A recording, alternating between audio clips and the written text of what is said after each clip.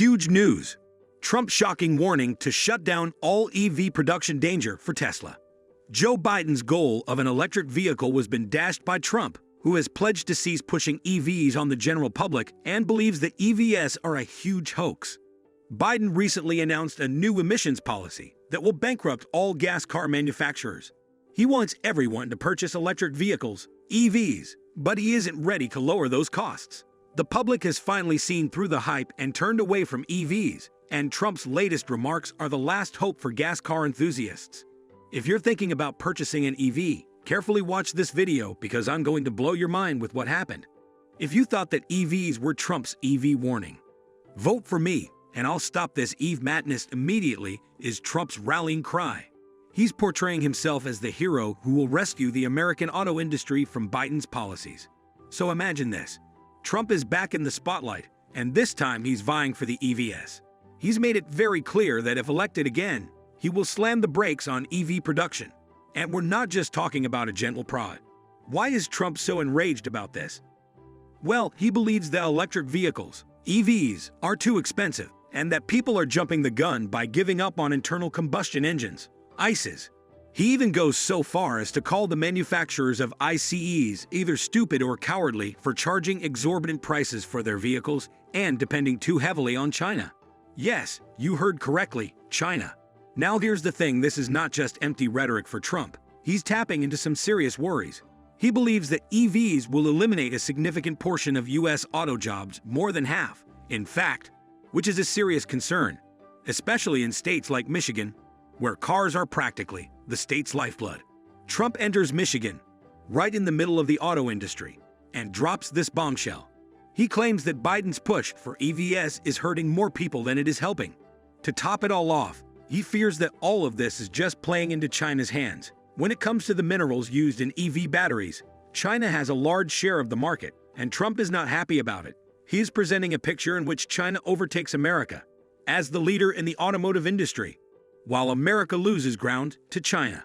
But let's dig a bit further because there's more to this tale. Big companies like GM and Ford are investing billions in electric vehicle, EV, production, which is growing in Michigan. However, the labor intensity of producing EVs is lower than that of producing gas cars. There are fewer parts and simpler assembly, but there are also fewer jobs and lower salaries.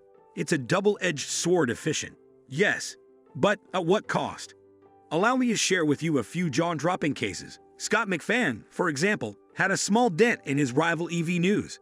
Sounds simple enough, right? Well, guess what? The cost of fixing that dent. $22,000. Can you believe that? It took more than 2 months for him to get his car back. This incident highlights a major issue with EVs, which is that most repair shops are ignorant of their advanced technology, which drives up repair costs and raises insurance premiums. We are talking about an average annual repair cost of $658 for EVs in the US, which is not insignificant. However, there's more. A man in California revealed that the cold caused his EV's range to drop by over 30% in just 5 minutes. Can you imagine being in an emergency and having your car just give up on you? That's terrifying, isn't it? Here's the really scary part. According to an S&P Global survey, more than half of EV owners are considering moving back to a gasoline or diesel car for their next vehicle, which will be a Biden. The automakers are saying to him, "Whoa, Jack, this is too much, too fast," are practically pleading with him to slow down. The goal here is to drastically reduce climate-changing emissions from the transportation sector, which is, by the way, the biggest source of U.S. greenhouse gas emissions. So what's the deal with EVs in the U.S. right now? This is the most aggressive climate regulation the U.S. has ever seen. Biden isn't messing around. He's pushing hard on America's clean energy transition. Even though sales increase, they only made up 5.8% of all new cars sold last year, far less than China and Europe. But with these new limits, the game is about to change drastically, because these limits aren't about mandating a certain amount of electric vehicle sales. Instead, they're about establishing pollution standards for cars and trucks. It's like the EPA telling automakers to make their vehicles cleaner if they want to continue selling them, as these standards could prevent almost 10 billion tons of carbon emissions through 2055, more than twice the amount of carbon emissions that the U.S. produced in 2022. The CEO of the Alliance for Automotive Innovation, John Bella, calls this regulation aggressive. He talks about establishing charging stations everywhere to make EVs affordable and organizing the supply chains for essential minerals. However, there's still the question of whether people are ready and willing to buy EVs. The average cost of a new electric vehicle is over $58,000, which is a pretty penny. Sure, the Inflation Reduction Act provides tax credits to make EVs more affordable, but there's still a long way to go. What's next for EVs? Well, experts are doubtful that we'll reach the 67% EV market target by 2032. Automakers are rethinking their plans, and more EV model launches may be delayed. Trump's plan is audacious and direct. It will reduce the cost of electric vehicles, EVs, by emphasizing hybrid and gas-powered vehicles. He isn't afraid to acknowledge that the infrastructure for charging EVs is still lacking. And let's not forget about the lithium-ion batteries that power the majority of EVs. These are a global standard. When foreign components are built in China and then imported to the US, along with tariffs, the price of electric vehicles, EVs, may skyrocket. But wait, there's more. This isn't just a political feud. It's a clash of titans. Elon Musk, the CEO of Tesla and a former backer of President Trump, has changed sides. He now supports Florida Governor Ron DeSantis and has even advised Trump to hang up his hat. Trump against Musk. The EV market is in disarray, and EV's future is in jeopardy. Ford, which was a pioneer in the EV revolution, is allegedly losing an incredible $36,000 for every EV that is sold.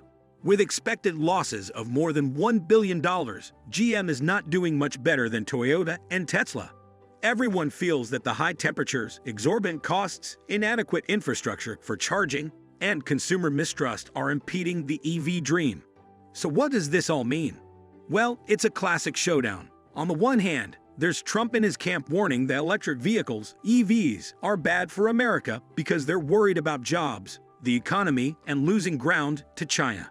On the other hand, there's the Biden administration and EV supporters who see electric cars as the cleaner, more efficient, and promising car of the future. This is a debate that encompasses politics, economics, technology, and a wide range of opinions.